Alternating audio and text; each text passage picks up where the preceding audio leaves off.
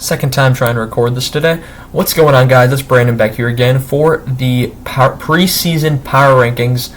I got about a fourth of the way through this video earlier today, and then I realized my camera wasn't on.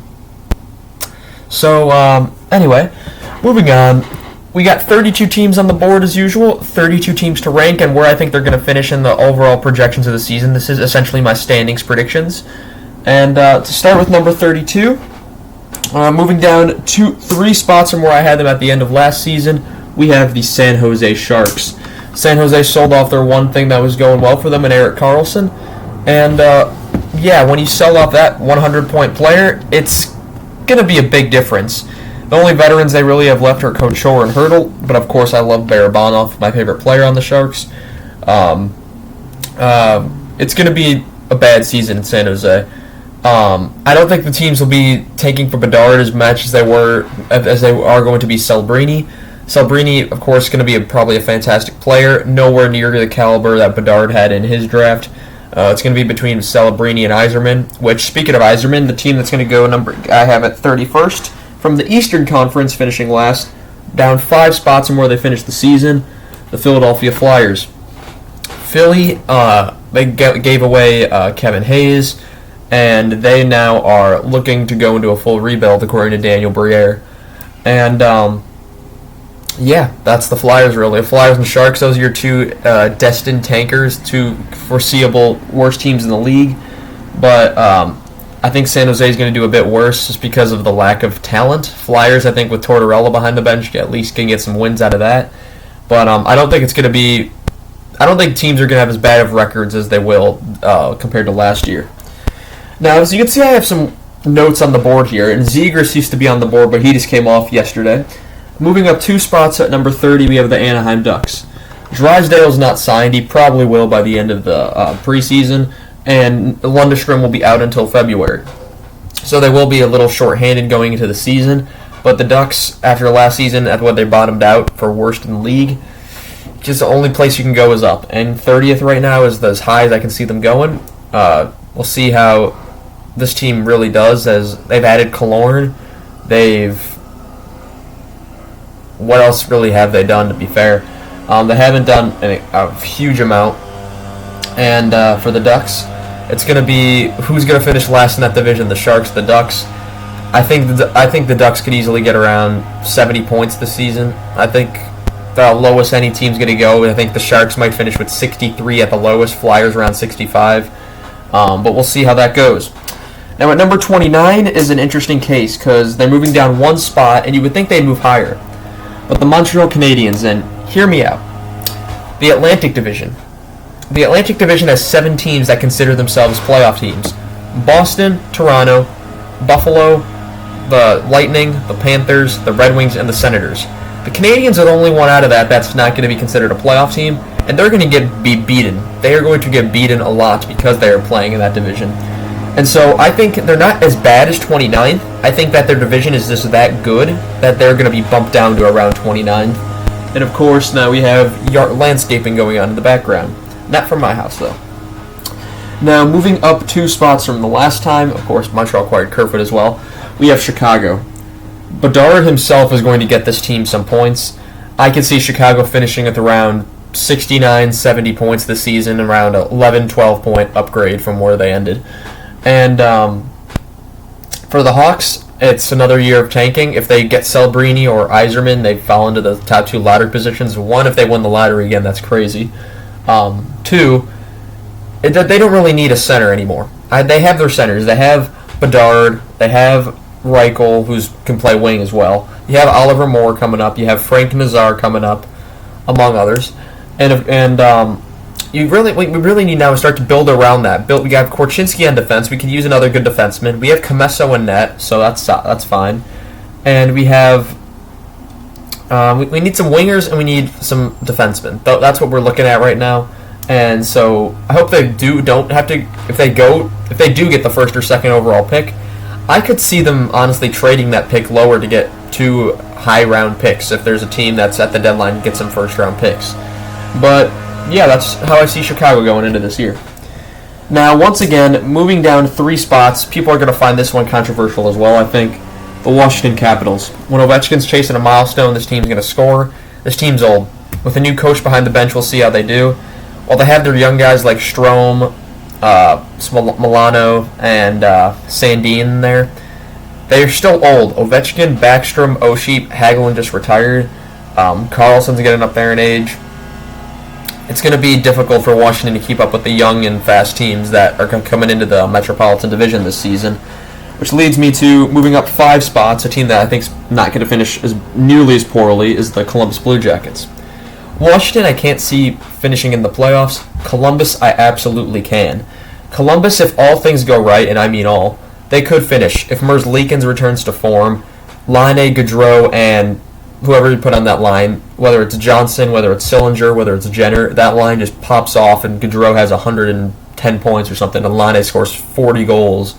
That might be enough to get Columbus in the playoffs in the Metro Division, but we'll see. It's going to be a competitive wild card race this year in the East, as it is every year. But we shall see if Columbus can definitely rebound from last season's tied for second last bottom out. And we'll see if David Jiricek is going to be the guy I'm going to be watching in their lineup. They have Sillinger, they have Johnson, they have Jenner down the middle, and you got Roslovic, you got Gaudreau, you got Laine on the. Well, Roslovic could also play center, but it's going to be, my eyes are going to be on Jiricek, and of course they make the additions of Provorov and Severson. So Columbus should be a better team, but how much better is the question.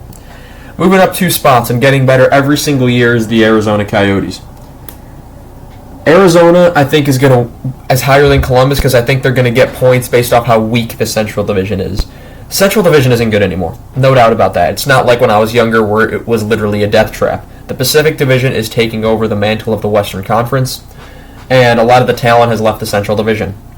Of course, Arizona has Cooley now. I hope maybe Gunther will play the full season.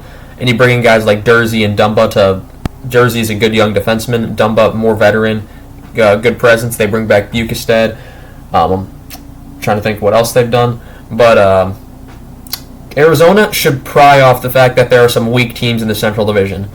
When I think possibly the wild cards will finish with more points than the Central Division, I think that means that Arizona will probably pry on teams like Chicago and Nashville, St. Louis even to an extent, Minnesota. They can get some wins this season. Moving down 6 spots from where I had them last season, you have Nashville. Nashville's tricky because you really don't know what they're doing. You bring in O'Reilly, you bring in Shen, you bring in guys you would think you're moving for a playoff area, bring in some veterans around the playoffs. And they got rid of Johansson, they got rid of Duchesne, who didn't have really good years. They keep Forsberg and Saros, because Forsberg and Saros are your nucleus. But they're also going in with a youth movement So we'll see how Nashville does. They're a 50-50 team. They could be the 3rd seed in the Central, or they could honestly be worse than Arizona. You don't know how this is going to go. I don't think there's going to be a team worse than Chicago in the Central, but Nashville's 24th right now seems about accurate. Now, moving down another 9 spots. This team was a playoff team last season, and I honestly don't know how they got there. The Winnipeg Jets' cancerous situation has partly been rectified. Scheifele and Hellebuck are still there, but who knows if Hellebuck is gone at the deadline if the Jets don't perform, along with Scheifele. Wheeler is now with the Rangers. Dubois is now with the Kings.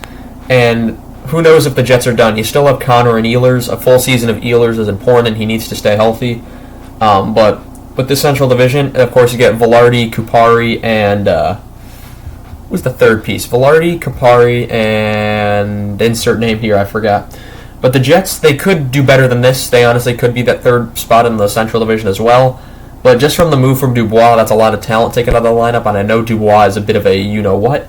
But, oh well, what can you do?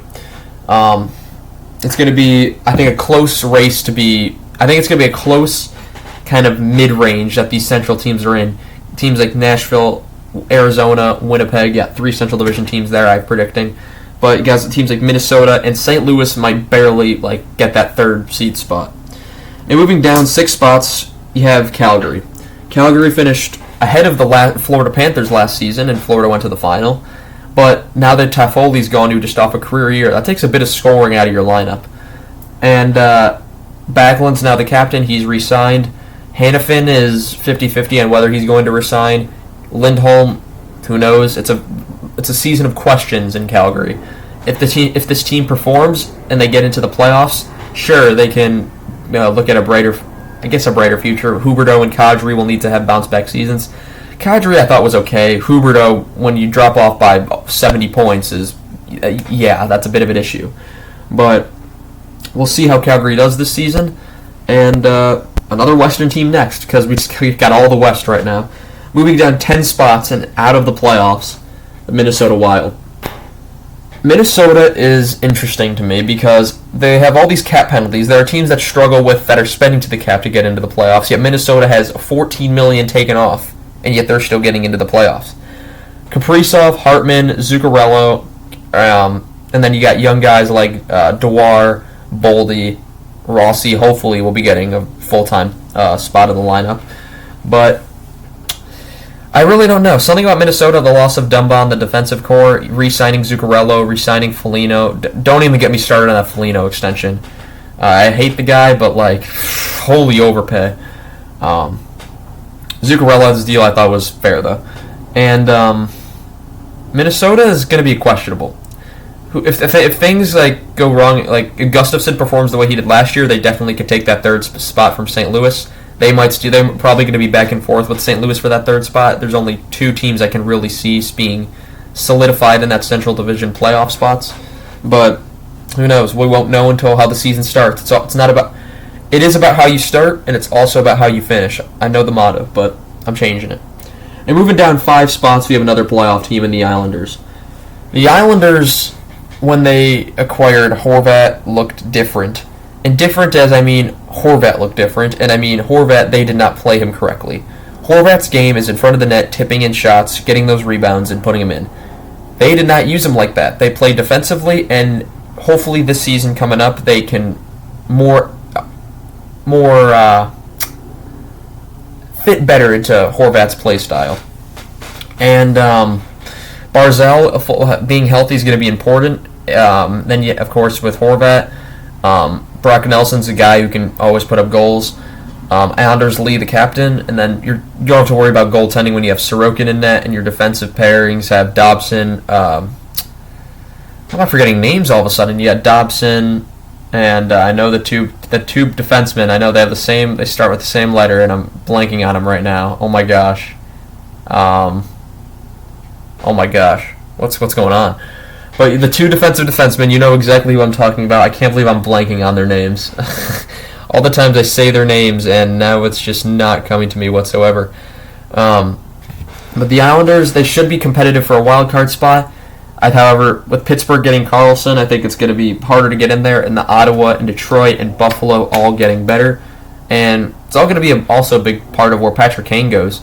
Patrick Kane can go, rumored to be go into some Eastern Conference teams, whether it's Buffalo, whether it's Florida, Detroit, Boston. You've heard all those rumors.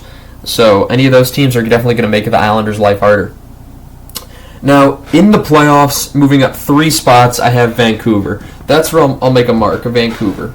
Because Vancouver, I have in the playoffs as the second wild card, finishing with the 19th best record in the league.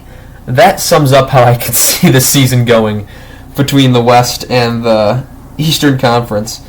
And what else is there to say? I don't think they're going to get in there based off them playing extremely well. I think they're going to get it in there because the Central Division is that bad.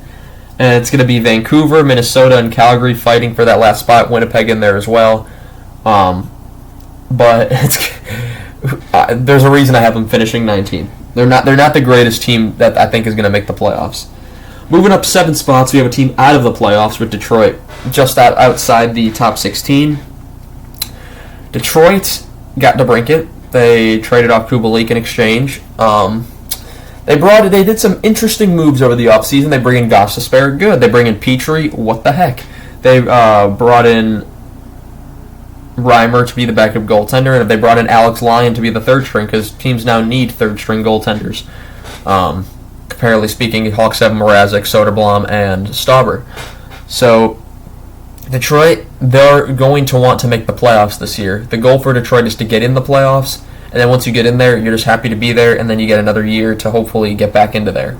The East is a whirlwind. I don't have them finishing in the playoffs, but it's going to be close between those Eastern Conference teams. Moving up 6 spots, finishing third in the Central, I have the St. Louis Blues. The Blues, we'll see.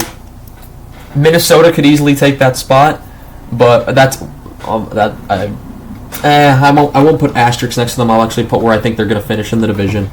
But let's see. So I have wild card 2, 3 in the Central, but St. Louis, I think they're going to have a bounce back year. I think they underperformed last year. Their defensive core was atrocious last season.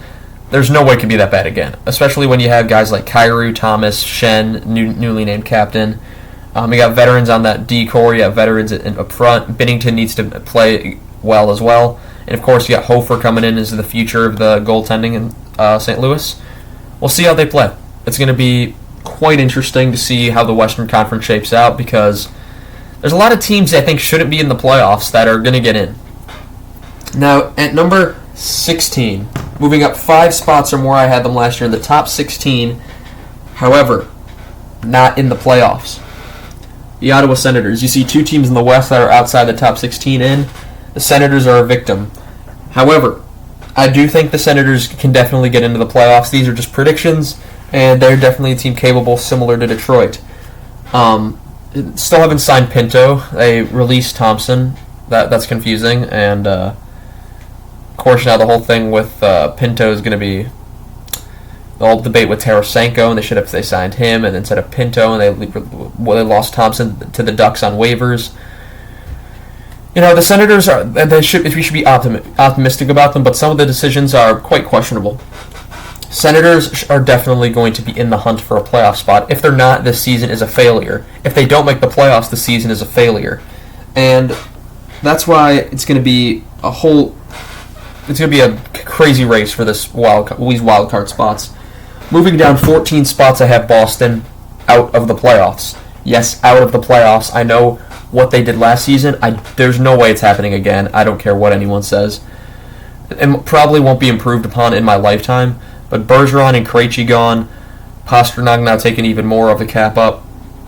Marchand, newly named captain. As well as Taylor Hall, Nick Foligno both gone. They signed a bunch of veterans on cheap deals. And then they got some more depth player guys like Morgan Geekie. And why do I look like I'm going in slow motion here? But Boston, 15th, not in the playoffs. Still going to be competitive. The Senators and the Red Wings could easily finish above them. However, right now I think Boston has enough to just keep in the hunt, but that Atlantic Division is going to be deadly. However, some developments have happened in the Atlantic Division that could change things up, which we'll get to. Moving up 5 spots and moving up 7 spots respectively. The wild card 2, I have the Penguins. The wild card 1, I have the Sabres.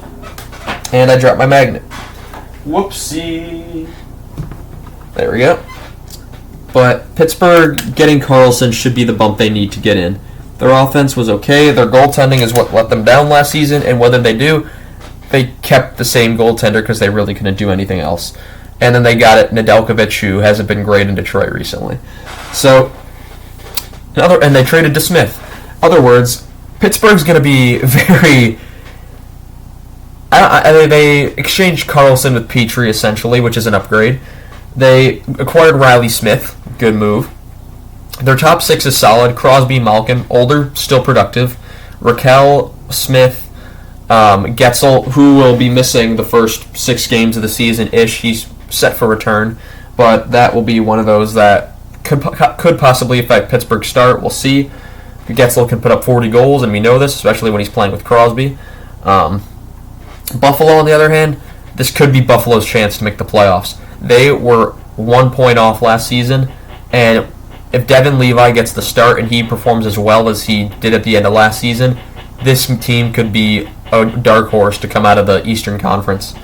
Thompson, Skinner, Olesen, Peterka, Middlestat,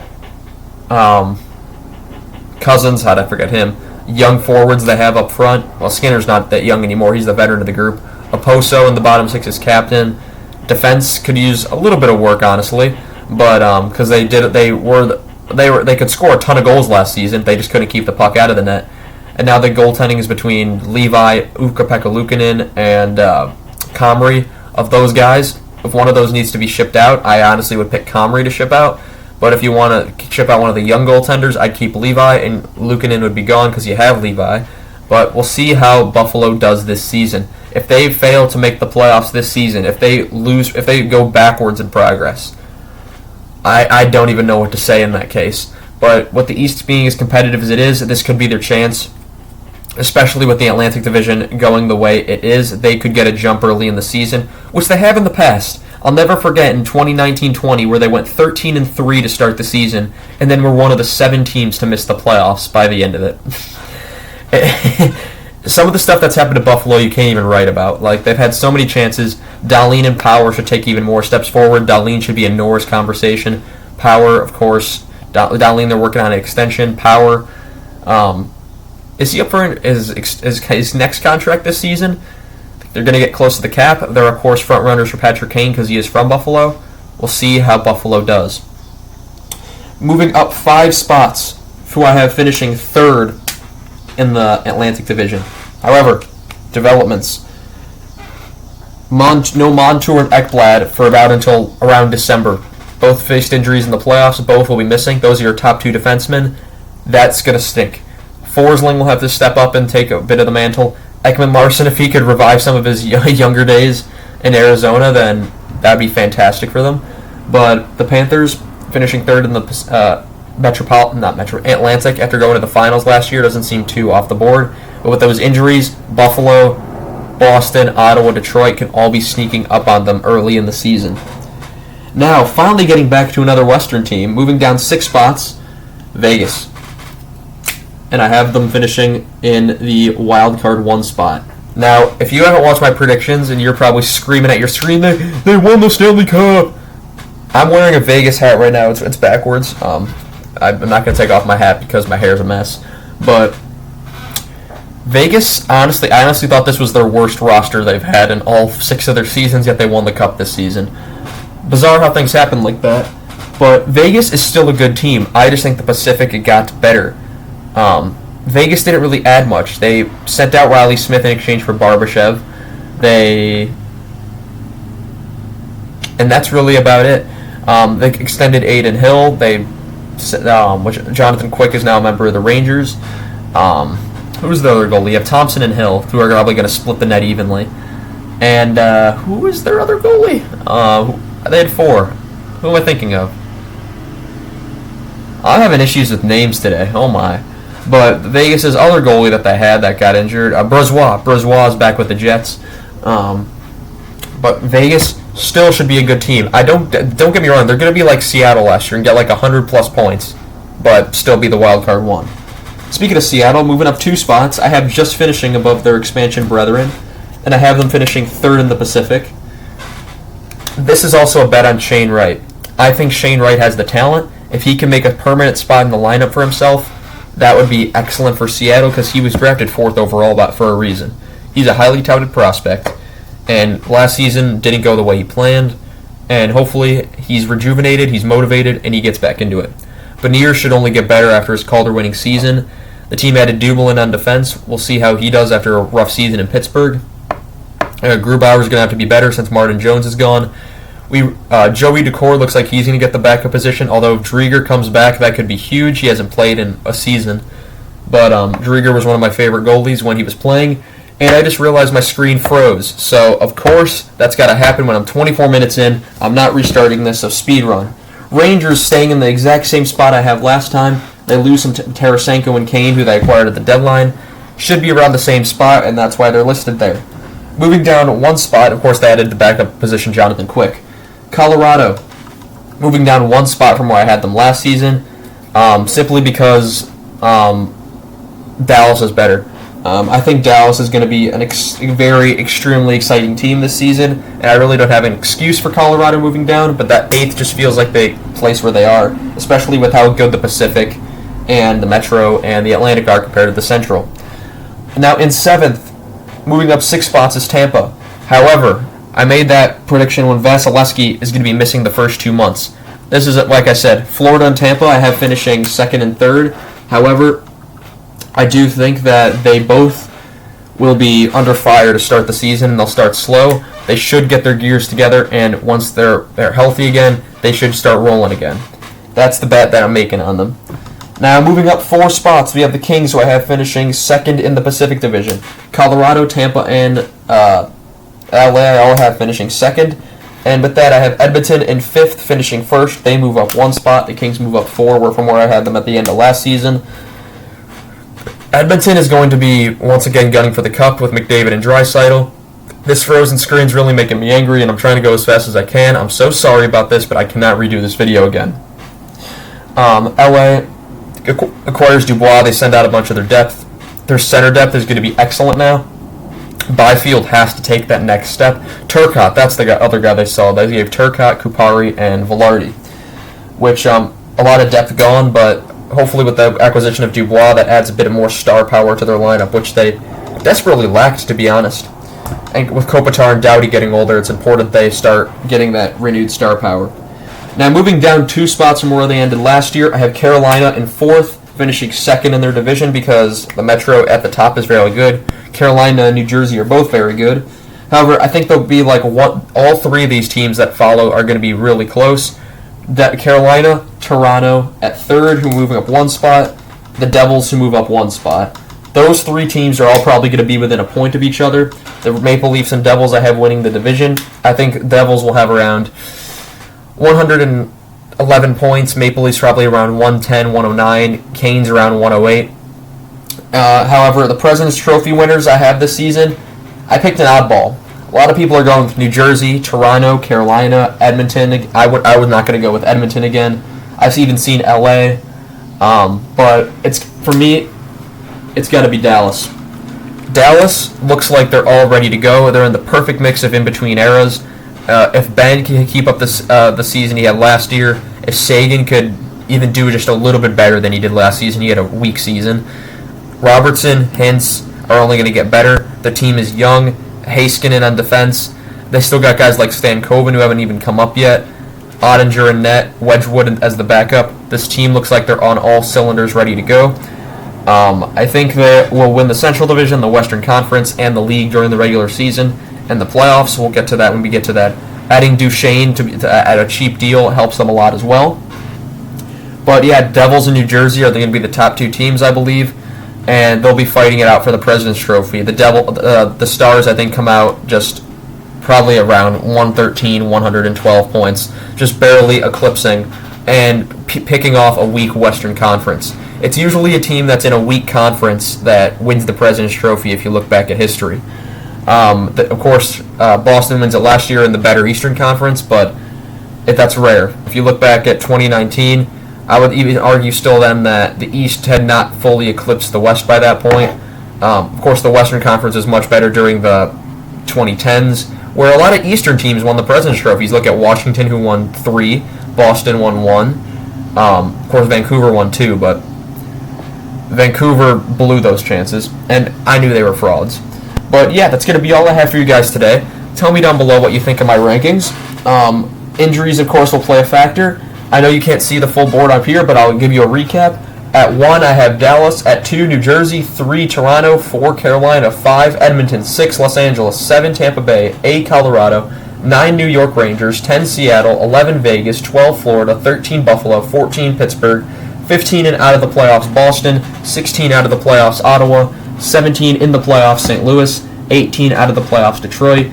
19 in the playoffs, Vancouver. The rest are out of the playoffs. The New York Islanders at 20, 21 Minnesota, 22 Calgary, 23 Winnipeg, 24 Nashville, 25 Arizona, 26 Columbus, 27 Washington, 28 Chicago, 29 Montreal, 30 Anaheim, 31 Philadelphia, 32 San Jose.